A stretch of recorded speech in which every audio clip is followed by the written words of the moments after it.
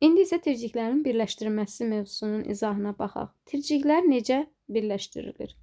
Çərçivə stent kimi oduncaq məmulatların hazırlanmasında kiçik tirlər uclarına yaxın yerlərdə, uzunluğa və düzbucaq altında, uzunluğa və düzbucaq altında birləşdirilir. Ortasında isə yalnız düzbucaq altında birləşdirilir. Bu zaman kiçik tirlərin birləşdirəcək hissələri onların qalınlığının yarısına qədər kəsilir.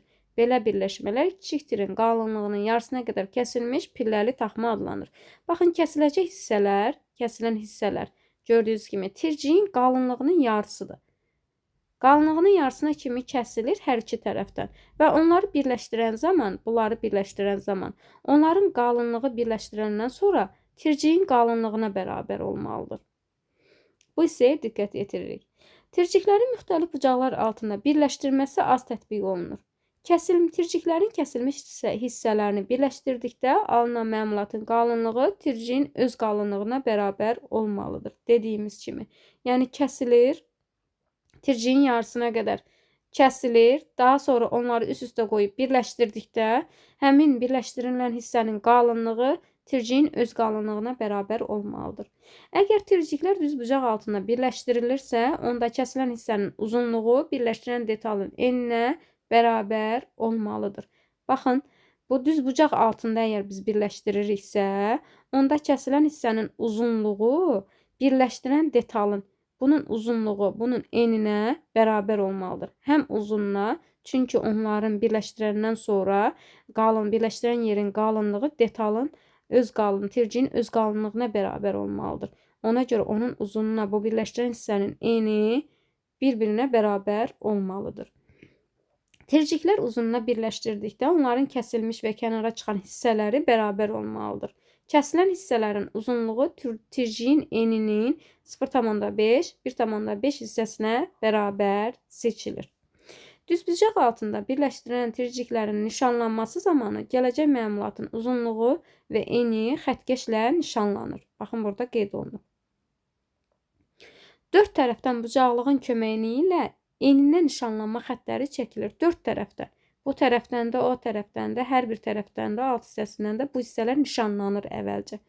Resmusun ayağı tirciyin eninin tən ortasında yerləşdirilir. Axı biz dedik ki, birləşdirəcək hissələr detalın yarısına bərabər kəsilməlidir. Bunu da kəsən zaman ortasından kəsilməlidir ki, birləşdirən hissələrinin qalınlığı tirciyin qalınlığına bərabər olsun. Paz ilə qəlibə, resmusun ayağı tirciyin eninə tən ortasında yerləşdirilir, paz ilə qəlibə birləşdirilir. Daha sonra kənarlarda və başlıqlarda uzunluq xəttlər çəkilir, kənarlardan və başlıqlardan uzunluq xəttlər çəkilir, kəsilən hissədə X işarəsi ilə qeyd edilir. Tirciki verstakın sıxacında bərkidirik. Daha sonra tirciklərin liflərin uzunluğuna və eninə xırda dişli mişarla biz kəsim işlərini həyata keçiririk. Daha sonra baxın, burada uzunluğuna və eninə mişarlanma hissələrini qeyd edirik.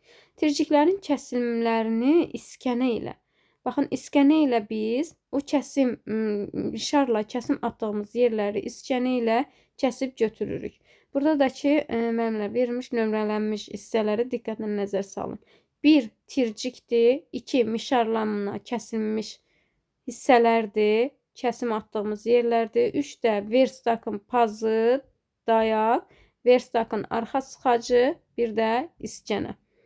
Bir daha qeyd edərək, 1-də verilib tircik, 2-də verilib mişarla kəsilmiş hissələr, 3-də verstakın pazı, yəni dayağı burada qeyd olunub. Bərkitmək üçün verstakın arxa sıxacıdakı detalı bərk sıxmaq üçün bərk sıxıb orada etibarlı bərkitməsi üçündür. İskənə ilə də biz mişarla kəsdiyimiz yerləri kəsib götürürük. Əgər tirciyin ortasından oduncaq parçası kəsilirsə, onda pəstah verstakın sıxacını etibarlı bərkidilir.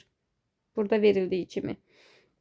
və enli mişarla kəsilən hissə tirciyin qalınlığının yarısına qədər aralarında 10-15 mm məsafə olmaqla mişarlanır. Baxın, bu aralarında olan xəttlərin arasında olan məsafə 10-15 mm-dir. Daha sonra hissələr xarat iskənəsi ilə kəsilir. Əməliyyat burada göstərilib. Kəsilən sahələr iskənə və ya törpü ilə bir-birinə uyğunlaşana qədər ara məsafəsi qalmayana dək təmizlənir. Birləşdirəcək səthlərə yapışqan sürtülüb məmulat yığılır.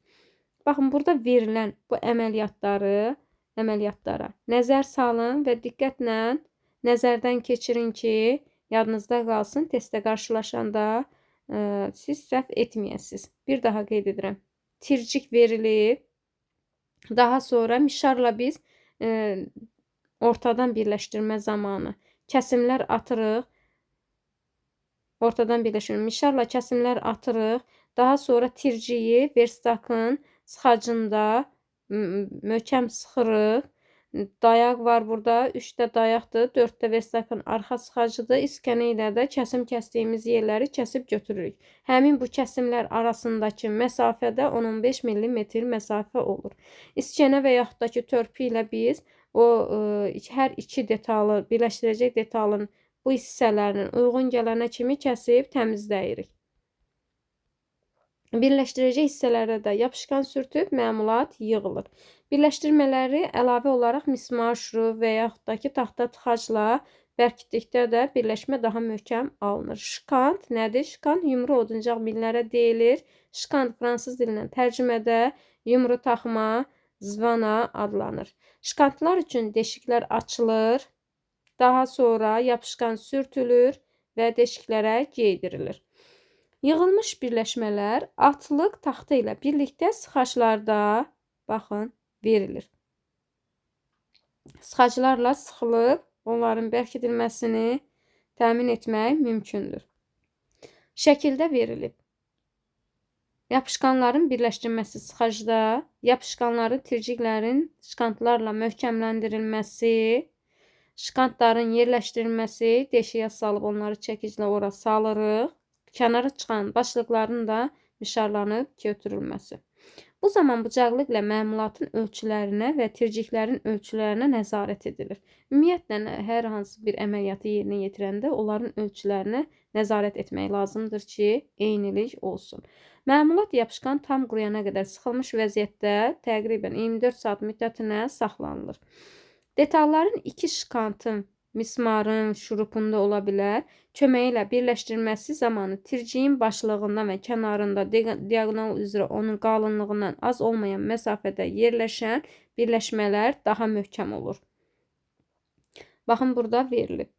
Birləşmələr daha möhkəm olunur.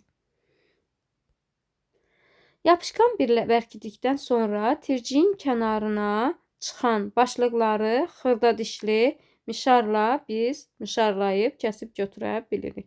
Başlıqları qopmamaq üçün məmulatın yapışdırılma yerlərini kənardan mərkəzə doğru rəndə ilə yonur, yeyə və yaxud da ki, cilalayıcı kağızla təmizləyirik.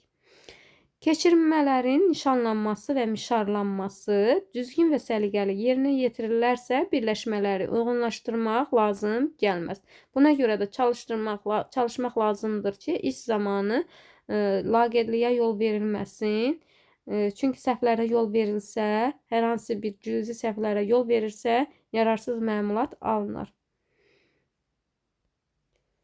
Burada isə müəllimlər mişarlanmış tircik və taxta detalların, məmulatların birləşdirmə üsulları da verilib. Çərçivə, yeşik və atlıq, arakəsməli atlıq qeyd olunub. Yəni, burada mişarlanmış tirciklərin birləşdirilməsidir. Arakəsməli birləşdirmə növləri də var. Əsasən rəflərdə istifadə olunur bu birləşmə. Oduncaqların, mişarlanmış məmulatların birləşdirilməsində arakəsməli. Burada arakəsməni ayrıca da göstərilib ki, bu verilən yeşiyin içərisində arakəsmə ilə birləşdirmə növü də göstərilib.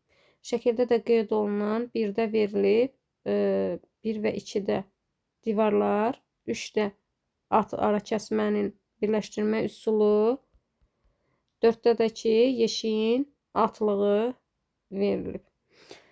Biz hansı təhlükəsizlik qaydalarına əməl etməliyik iş zamanı? Pəstahı versakın sıxacında və yaxud da ki, məngənədə, vintli sıxaclarda etibarlı bərkitməliyik. İskənə ilə işləyərkən ehtiyatlı olmaq lazımdır. Onun yalnız dəstəyi qabağı olmaqla ötürməliyik. Tircikləri tələsmədən mişarlamalıyıq. Yapışqanla ehtiyatlı davranmalıyıq. Yapışqanın tərkibində çünki zəhərli maddələr var. Yapışqan həmçinin də tez alışanda onu odun yanında da saxlamaq olmaz. Yapışqan, bərkimiş yapışqanın itik kənar ucları olur.